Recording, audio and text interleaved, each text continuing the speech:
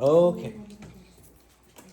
So this unit, Unit 5, talks about the metabolism of microbes, which is really no different than us. In a sense, the chemical reactions happening in microbes overlap a lot with things that happen in our cells as well. So whether we're talking about them or we're talking about our cells, they pretty much go hand in hand here. So we'll talk about metabolism and the definition of metabolism. We'll break it down and we'll go from there. So the word metabolism. The word metabolism is basically can be defined as the sum of all the chemical reactions happening in the cell. The sum of all the chemical reactions happening in our cells or bacteria. And we can subdivide them into catabolic reactions and anabolic reactions, like you see here. Catabolic reactions are breakdown reactions, are reactions that break things down in our cells. And whatever this is its direct opposite. Anabolic reaction are reactions that build things. We also call that synthesize. So they synthesize macromolecules. The thing about catabolic reactions, when you break a molecule down, or when you break anything down, you release energy from it. So catabolic reactions are said to be exergonic. They release energy. And because they release energy, they're referred to as being energetically favorable. You got to listen to this part. Actually, all of these things mean the same exact thing. They all mean catabolic. I'm describing catabolic in different ways, but even with the different ways, they all mean the same thing. Exergonic means releasing energy. You only release energy when you break something down. Just think about if you're holding a mug in your hand and you let it go and it hits the floor. How will you know the mug released its energy when it shatters into thousands of pieces? Just the fact that the mug hits the floor and breaks, that's catabolic, that's breakdown reaction, and it shows right there, visual, that it just released its energy all at one time, and that's why it shattered. And you don't really have to do anything, it just breaks, so all you have to do is let it go, and it will break. This is completely opposite of this one. This now is reversing that. If I ask you, hey, pick up the thousands of pieces, yeah? Glue them back together and rebuild the mug. Right away you realize that's not energetically favorable. Why? Because you're going to tell me, I don't want to do it. I don't want to do that. So that would be something like that. Why don't you want to do that? Because you actually expect me to get up and put energy into doing this? Yeah. That reminds me of my son, for example. I dreaded the day I taught him this. Because when I go into his room and I ask him to clean his room, he says, Dad, now he's going to tell me this, right? Because I taught him this. I don't want to clean my room. Why? Because it's energetically favorable to keep a messy room. You see? Because to keep a messy room, all he has to do is nothing. He just sits in the room while the room literally collapses around him. He doesn't have to lift a finger because it's energetically favorable. Now, I'm going to explain to you what this is because it ties into this. Versus me telling my son, no, get up and clean your room. He's not going to like it because he has to put energy into it. And he doesn't want to do it. He'd rather play his games, right? So it all goes to the entropy. Entropy is the second law of thermodynamics. In the second law of thermodynamics, it states that entropy, which is a state of disorder, is preferred. It actually states that everything is moving towards a state of disorder. Everything. Why? Because it's energetically favorable. So now you see why my son is saying this. He's saying, Dad, the whole universe is moving through the state of disorder. Why not my room? You see? And he would be right. You can't go wrong with that. He'd be right. The second law of thermodynamics states that everything is moving towards a state of disorder.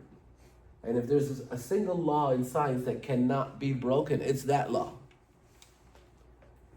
And the reason behind it is you don't have to put energy into it. Things break down. I mean, think about your house.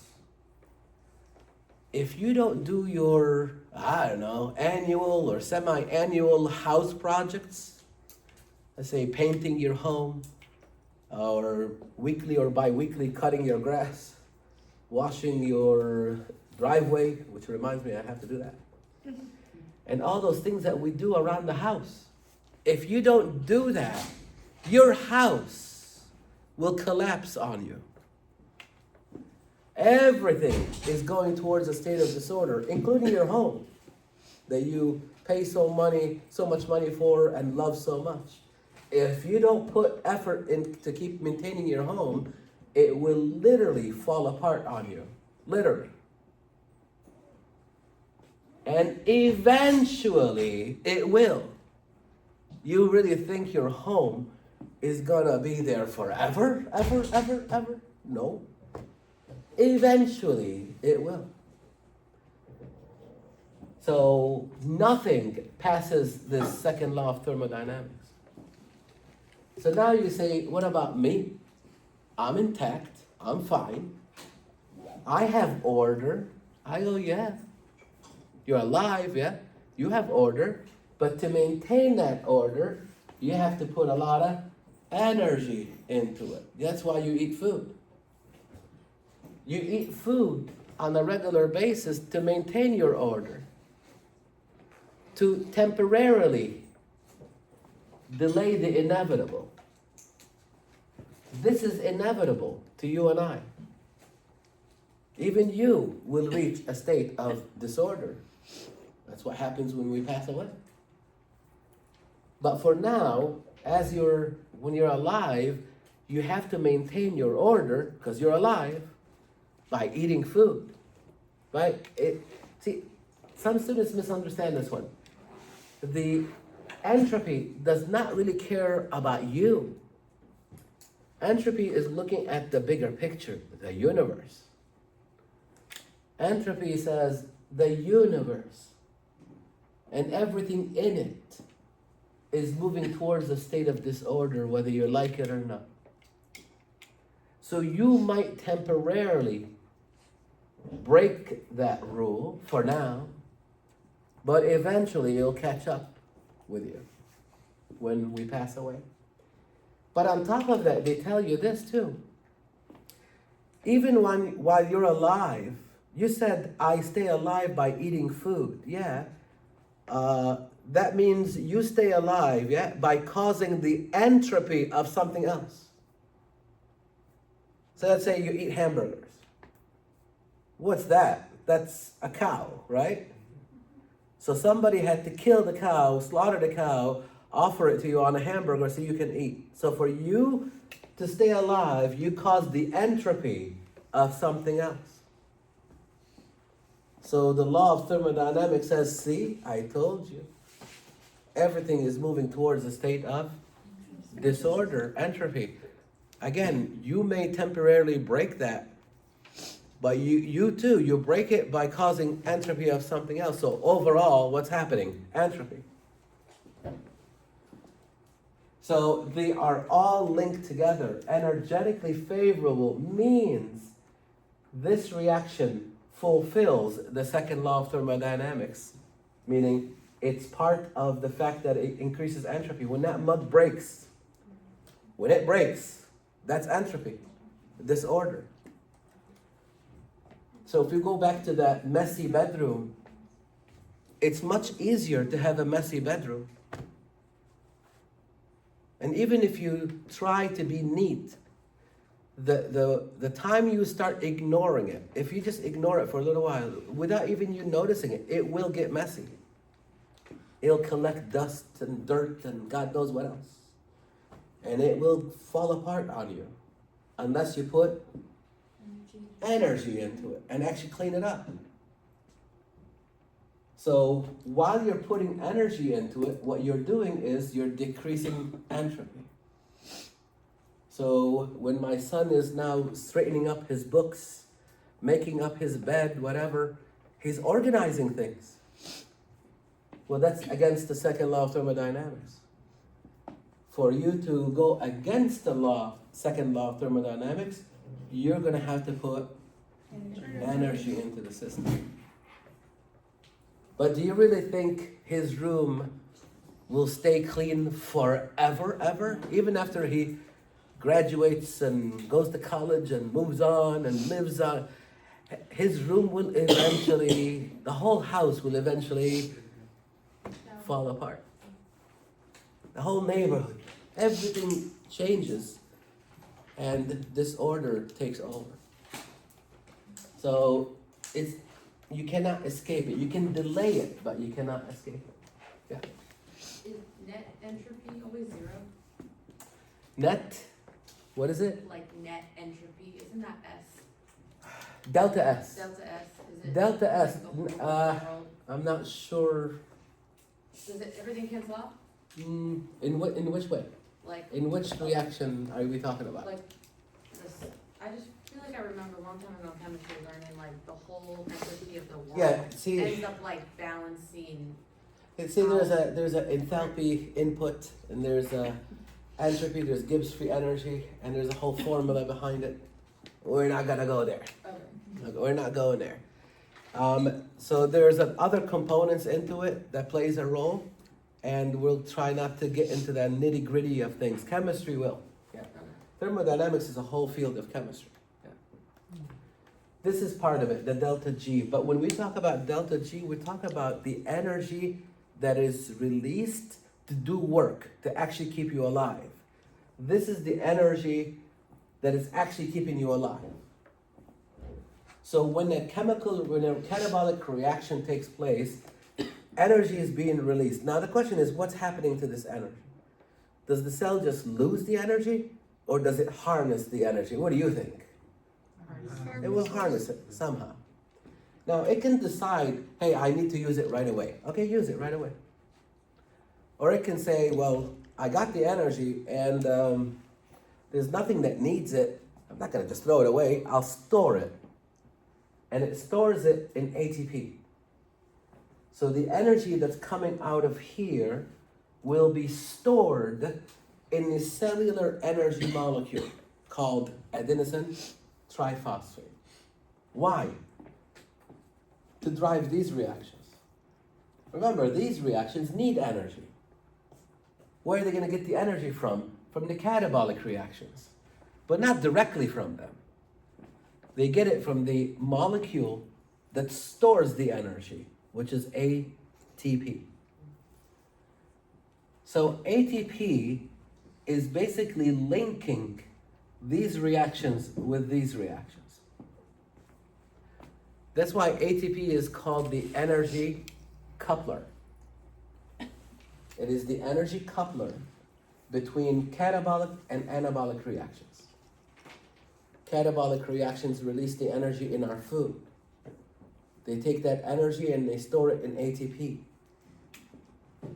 When anabolic reactions need energy, they know where to go, to the savings account of energy, ATP. Everybody good? All right. So,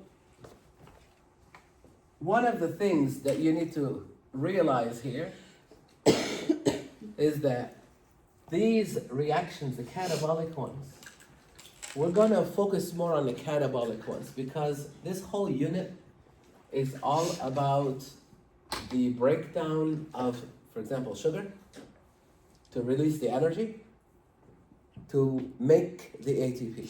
So we're more focused on how your cell or how a bacterial cell makes this ATP.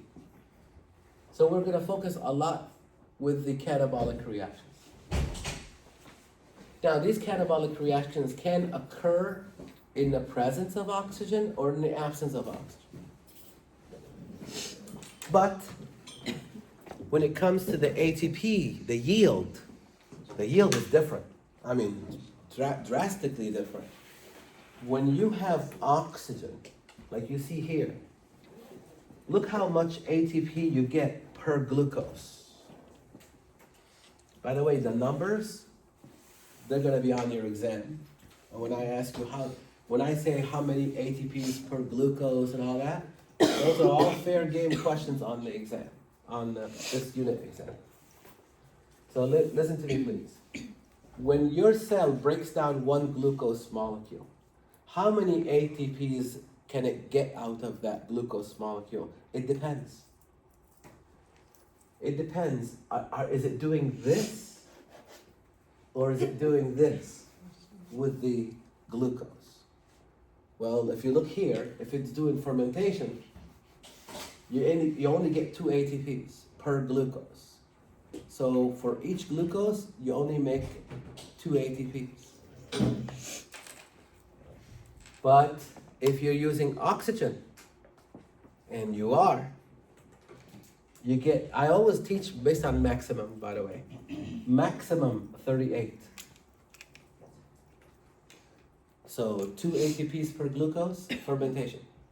38 ATPs per glucose, cellular respiration. Which one would you choose? Cellular respiration, because that's why we breathe. That's why we breathe oxygen. Yeah. So I was always like confused on what exactly was the difference between respiration and fermentation. Like Yep. what is fermentation? Yeah, we'll talk about it. Oh yeah. We'll talk about all of that stuff. Yeah. So the question now is, what will my cell do with glucose? It will break it down to release the energy to store it in ATP. Very good. But then the second question is, based on whether oxygen is present or not, it will determine the yield of ATP. They will both break down the glucose.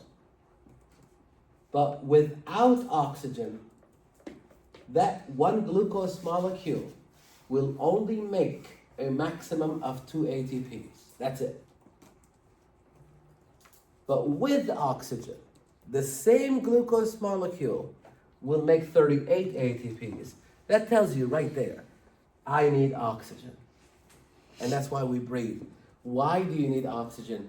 Because everything about me screams, I need ATP.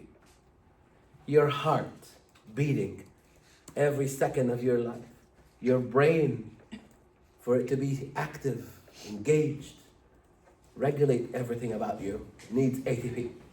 Your kidney, your liver, your stomach, your muscles. You can't get enough ATP. And then I insult you with 2 ATPs? You're not going to survive that. If I only give you this, you know what you're going to tell me? What do you think I'm bacteria? I got a lot of things going on. I need ATP. And again, that's why we're breathing. And that's why we have to breathe. We are much, much more efficient aerobically than we could ever be with fermentation. You're not going to survive off of 2 ATPs. Not for long. Yeah. Is anaerobic respiration and fermentation the same thing? Say again? Is anaerobic respiration and fermentation No. the same thing? Not the same thing. Yeah. You will learn all of this stuff. This is the introduction slide. All right? I'll tell you everything. So, why are we breathing oxygen sitting here today? Because one glucose gives you maximum yield of 38 if you are breathing oxygen, and that's why we do it. Can you stop breathing oxygen and still survive? Yes, we do it all the time when you hold your breath. But I ask you this question, how long can you do that for? For me, 10 seconds and I'm done. I'm an old man. For you, maybe 30 seconds, I don't know. But not for long. Can you win a marathon by holding your breath? No way. You see what I mean? You need a lot of ATP, and fermentation is not gonna cut it. So you can survive for a little bit, but not for long. That's why we have to breathe.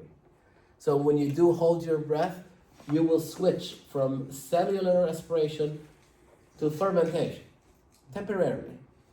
And your cell goes, you better breathe. You better breathe. You'll pay the price for it. And of course, you can't do that. You can't hold your breath forever. And you eventually go, and you'll breathe, right? So you have to breathe. Now, when you're exercising, this is more realistic now. When you're exercising, some of your muscle cells will switch to fermentation. Because when you're exercising, at least in the beginning of the exercise, all of your muscle cells have oxygen, everything is good, and they're respiring aerobically. But as you exercise, you start losing the oxygen. How do you know? You start breathing heavy. Your heartbeat starts beating faster. You're exercising. Your heart is trying to supply oxygen to the muscles because it realizes you just ran out of oxygen because you're exercising. But no matter what your heart does, eventually you will run out of oxygen as the more and more you exercise. So while you're exercising, your muscles will be producing ATP through fermentation because now they don't have oxygen, or they don't have enough oxygen. When you're done exercising, let's say you finish your exercise routine, you don't all of a sudden, okay, I'm done. No, you sit for a little while going like that. What are you doing? You're recovering the oxygen. So your body is still recovering the oxygen. So now you're slowly flipping back to aerobic cellular respiration. Right now, because you're not doing anything, you are aerobically cellular respiring, for sure. But if you get up and you decide, I'm going to run 10 miles, whatever, then you slowly are going to start flipping to fermentation. Why? Because you're going to lose the oxygen. To the point where some of us can't handle that, and what happens is you quit. You stop the exercise. All right, now, anaerobic respiration is different from fermentation. We can do fermentation in the lack of oxygen, and we do aerobic respiration in the presence of oxygen. There are some bacteria that do that too. Some bacteria do aerobic respiration as well as fermentation. But bacteria can also do anaerobic respiration. This is different than fermentation. Anaerobic respiration, the cool thing is, it's exactly like aerobic respiration. You can literally take aerobic respiration and overlay the chemical reactions right on top of anaerobic respiration, and there will be no difference between them. Thank God, actually. Because if you remember one, you remember the other one. The only thing is at the end. The only thing. See, when I say aerobic respiration, what I'm actually saying is this. Just listen to it, and it'll all make sense when I go over it officially there. Aerobic respiration, that means the oxygen that you're breathing, is the final electron acceptor. So aerobic respiration, cellular respiration, is a series of chemical reactions. All the way at the end of the set of reactions, there's oxygen. The oxygen that you're right now doing what? Breathing. So I go, I just put the oxygen right there at the end of the reaction. What's it doing there? It's waiting for the electrons. As the electrons come through all of these reactions, the oxygen will finally take these electrons. So the oxygen that you're breathing, it is the final electron acceptor. That's what it means. And it'll make sense to you. Hang in there. So why am I doing this? Because I'm trying to explain to you the difference between these two. In aerobic cellular respiration, oxygen is the final electron acceptor. In anaerobic cellular respiration, it's the same event. The electrons are coming down, but it's not oxygen that's over here. It's something instead of oxygen.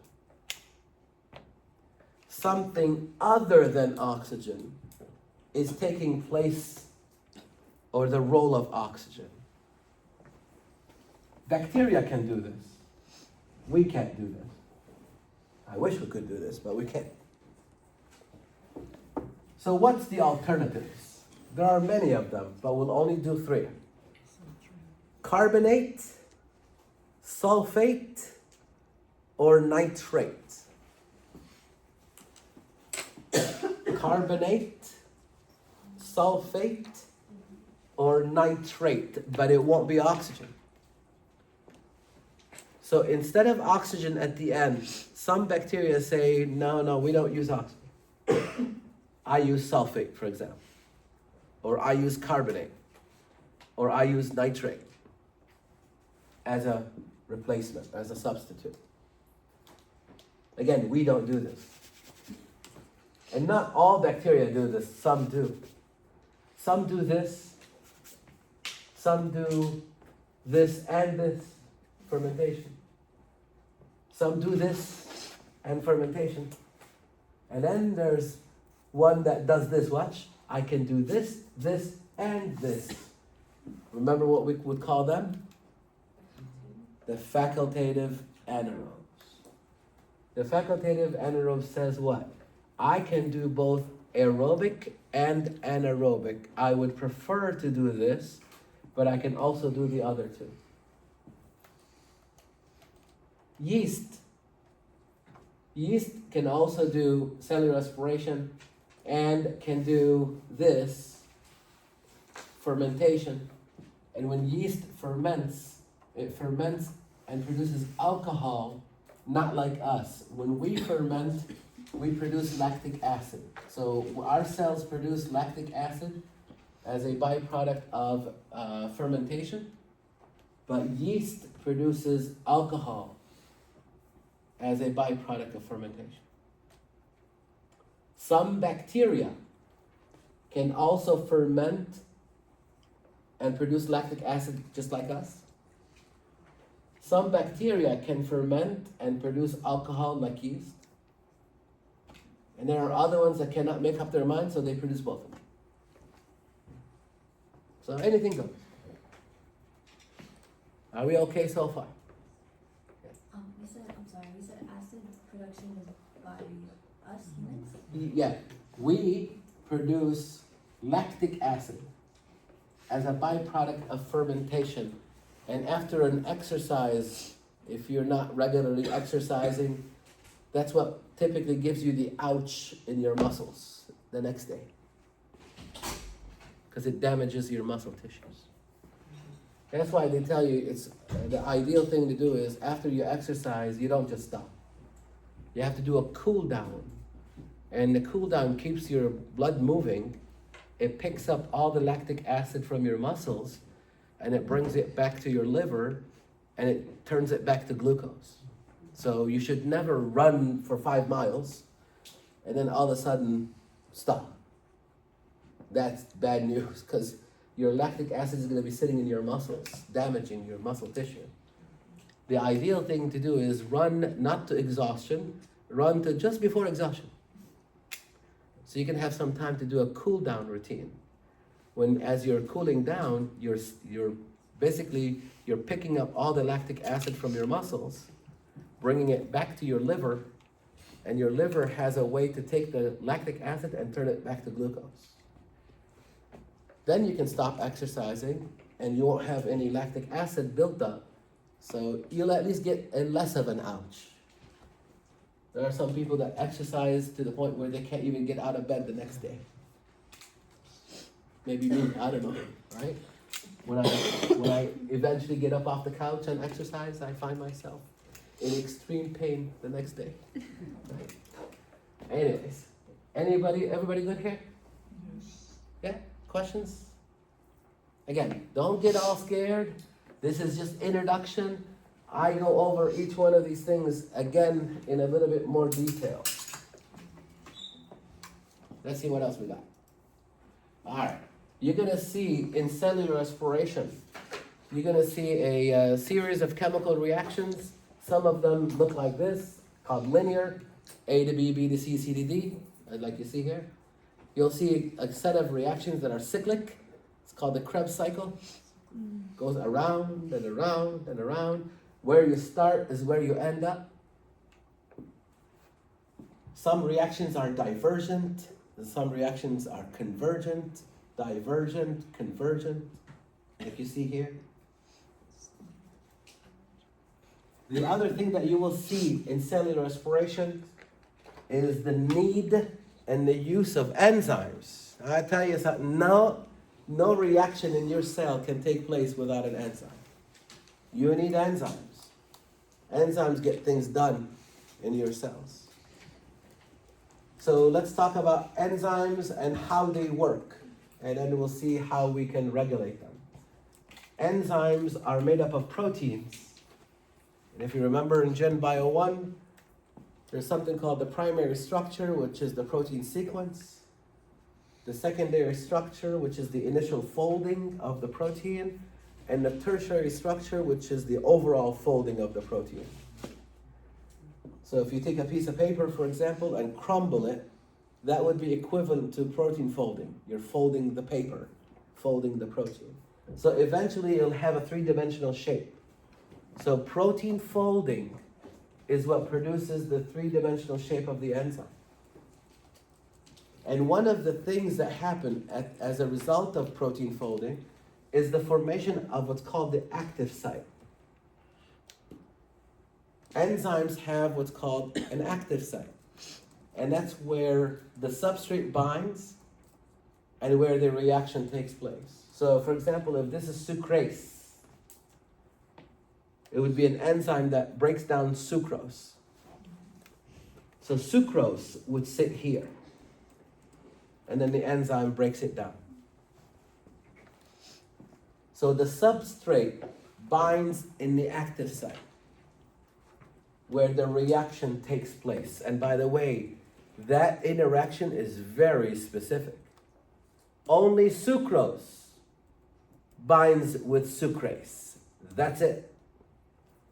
Because of the shape of the active site is unique to the substrate that it binds to. It is no different than my key. Only my key opens my car, I hope. Because if my key opens your car, I'm stealing it later today. All right? So you don't want that. It's that unique.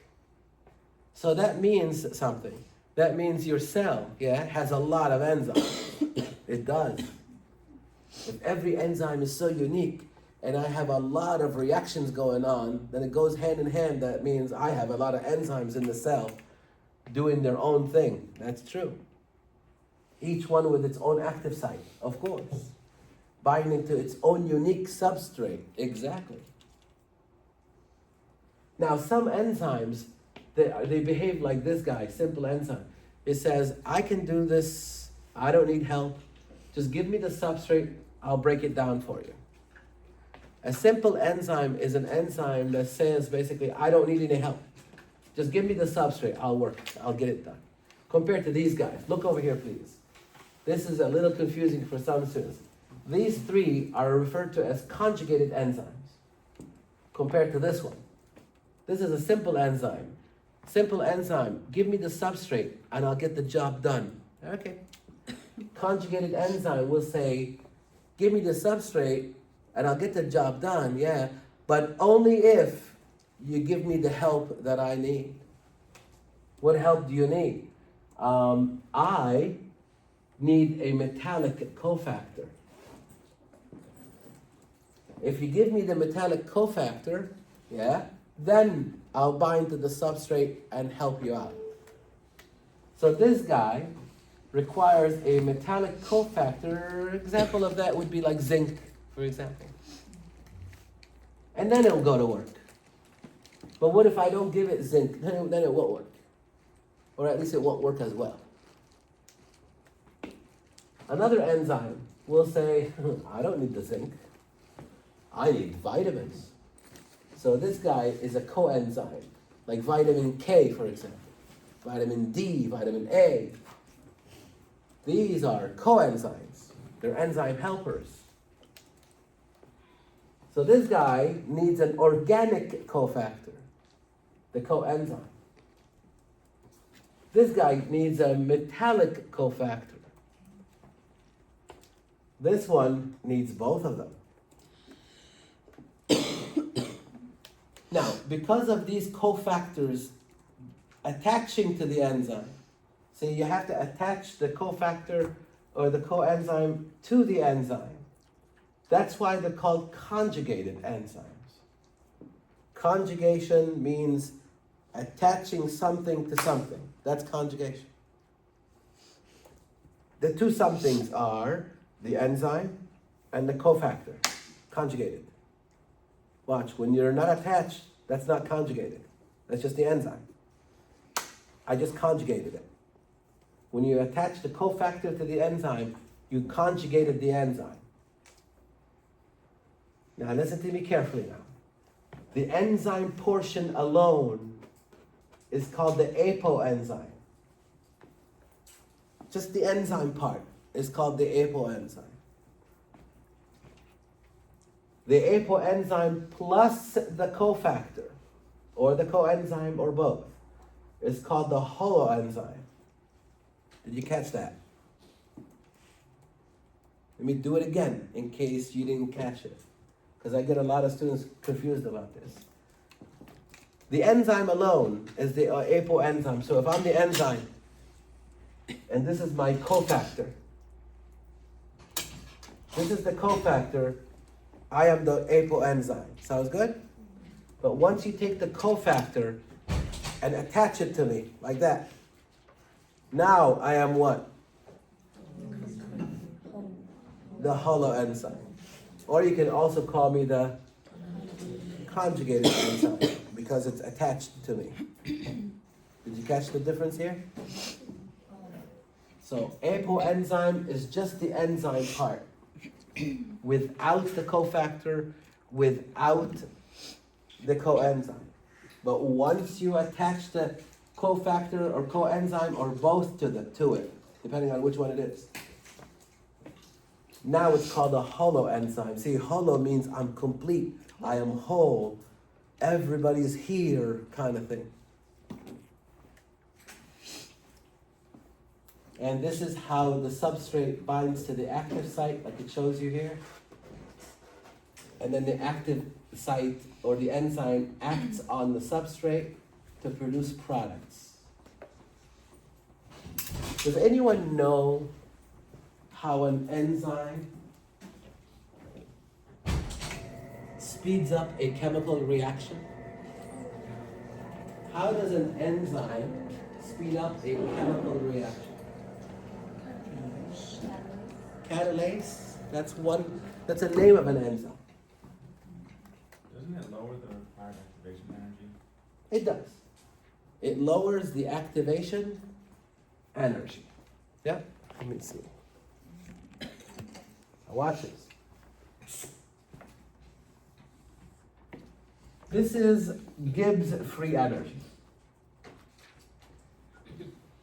This is the energy that's going to be used if it's released to keep you alive. Gibbs free energy. This is the energy that's sustaining your life. So let's say we have this reaction, A plus B. And we want it to go to C plus D. Whatever this reaction is. And let's say on the scale or the axis of Gibbs free energy, this is 10 units of energy and this is 2 units of energy. So A plus B has 10 units of energy and C plus D has 2 units of energy. That's just an example. Do you agree, and I hope you do, that anything that takes A plus B to C plus D will result in a release of energy? Do you agree? Yes. Because A plus B has 10 units of energy. When you change it to C plus D, now C plus D has only 2 units of energy. And where do those come from? From the A plus B. That means how many units were lost? 8. How do I show this? It's always this way, watch. Delta G is equal to the G of the products, because these are the products, minus the G of the reactants.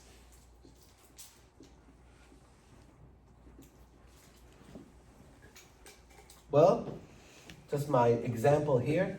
The products is 2, the reactants is 10. Am I right? The answer is minus 8. Am I right or no? Did I do the math right? Okay. What does the minus mean? Loss of energy. Release, right? What's the word for release of energy? Exergonic. Very good. This is an exergonic reaction. This is a delta G, negative delta G. Positive delta G would mean I have to put energy into it.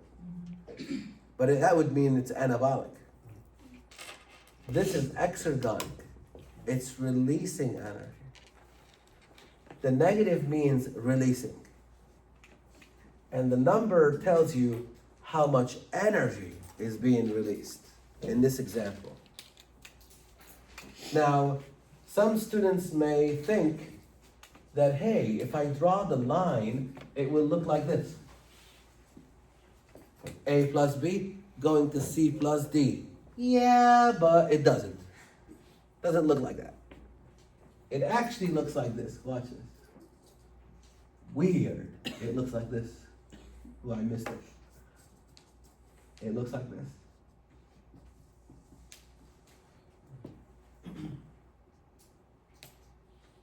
That hump right here, this one right here, is called the activation energy.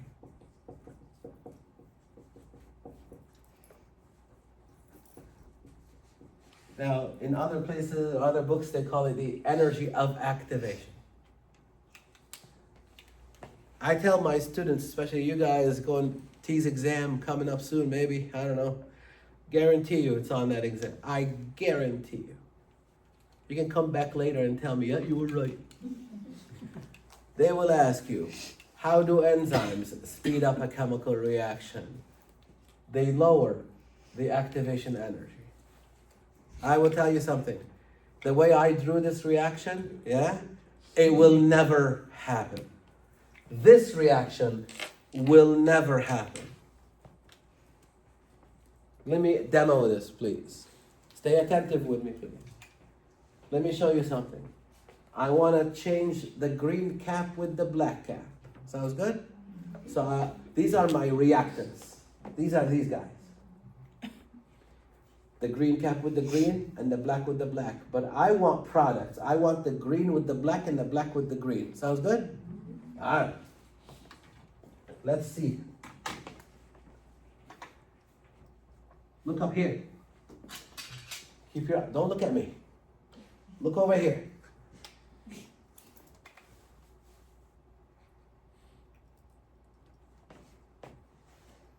You're looking, right? It will never happen. Of course. It will never happen. That's equivalent to that.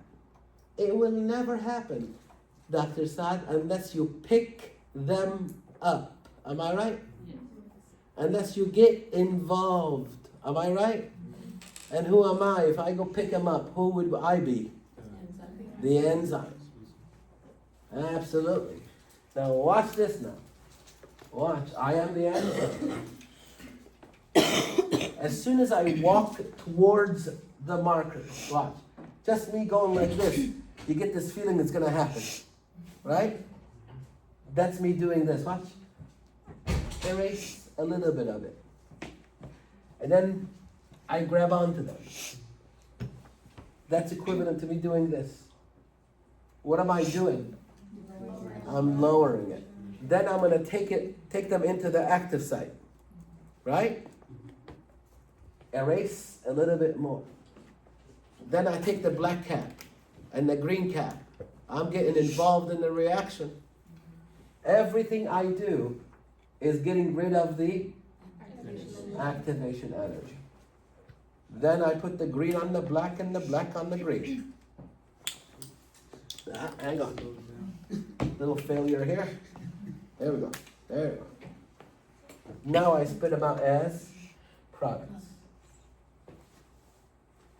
I am the enzyme. I made it happen. So now, this is the enzymatically driven reaction. The non-enzymatically driven reaction is this one, the one I just drew before. This one is without enzyme. But this is the one with the enzyme.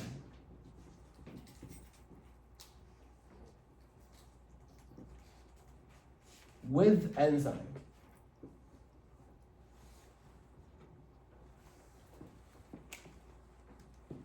I got rid of the activation energy by getting involved in the reaction.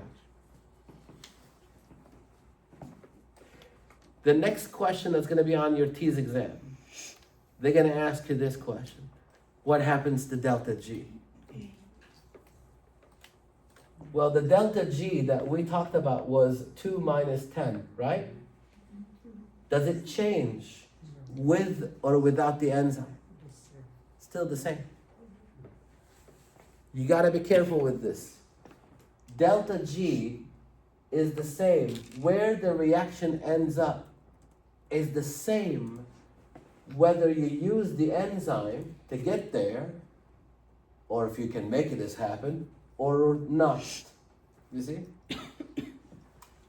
Now, I'm not a very good artist, but let's pretend, for example, this is you standing on top of a hill. You can fall and end up over here like this. Or I can push you and you will still end up over here like this. The only difference is that if you fall and you end up here, it'll be a little slower than me pushing you. If I push you, I get you there quicker. But you'll still be in the same spot. Same idea here. With the enzyme, you get to C and D quicker, but you'll still be at 2 units of energy. Delta G does not change. So I'm telling you, MCAT, those kind of exams, they love these kind of questions. All right, so by getting involved in the reaction, the enzyme speeds up the reaction. The other thing that's going to happen to the enzyme is that if you notice, when I went to pick up the markers, my shape changed. So when they were here, and I'm trying to get them to stand there. Come on. All right, we'll just go like this. When they're here, and I'm standing here, okay, then when I went to reach for them, of course my structure, my shape is changing. Yeah, because I'm involved in the reaction. And I spit them out as products, right? But what you didn't notice, and I'm going to try to make it as obvious as I can, is I reform. The shape of the enzyme reforms. Why? So you can use it again. The enzyme, they don't get exhausted. You can reuse the enzyme over and over and over again. So you gotta remember, during the reaction, yes, the shape of the enzyme will change. But as soon as the enzyme spits out the products, it reforms back to its normal shape. And it says, hey, if you have substrate, yeah, I'll do it again for you. Now that's a good thing, but it's also a bad thing. It's a good thing because the cell now can say, well, that means I don't need that much enzyme. I can produce a little bit of enzyme because he keeps working all the time. He never stops. So if it was me, I would just keep working for you. And I never quit. Good, then you only need me. That's it. But the downside of it is that I never quit. So wait a minute. The good side is that you never quit, but the downside is you never quit. That's right. The good side is because I never quit, you don't need too much of me. So you can save your resources as a cell. But the downside is this, and this is what some students don't understand. Listen to it. This is a product. A lot of you will understand this. If you need this for your life, if I take this away from you, will you survive? No. Everybody knows that. That means you definitely need me to make this for you. You agree? Good. What a lot of students don't understand is this. If I make too much of this, you'll also be sick. It's just a different kind of sick. Without this, you're sick. With too much of this, you're also sick. So now you have a problem. If I keep working, I will make too much of this. The only solution is to do what? Is to regulate me, control me. To get to a point where once you think you have enough of these, you're gonna come to me and you're gonna say, hey, yeah, stop. We'll call you when we need you. You see that? And that's what we're gonna talk about next after the quick break is enzyme regulation. Go ahead. Is that what kind of happens during oncogenes and stuff? Like the cellular pattern? Oncogenes is a different thing. Yeah. So you're gonna have to regulate the enzyme function to prevent the enzyme from making too much of the product that might maybe be harmful to you. So we're gonna talk about enzyme regulation. Sounds good? All right, go take a quick break and come back, please.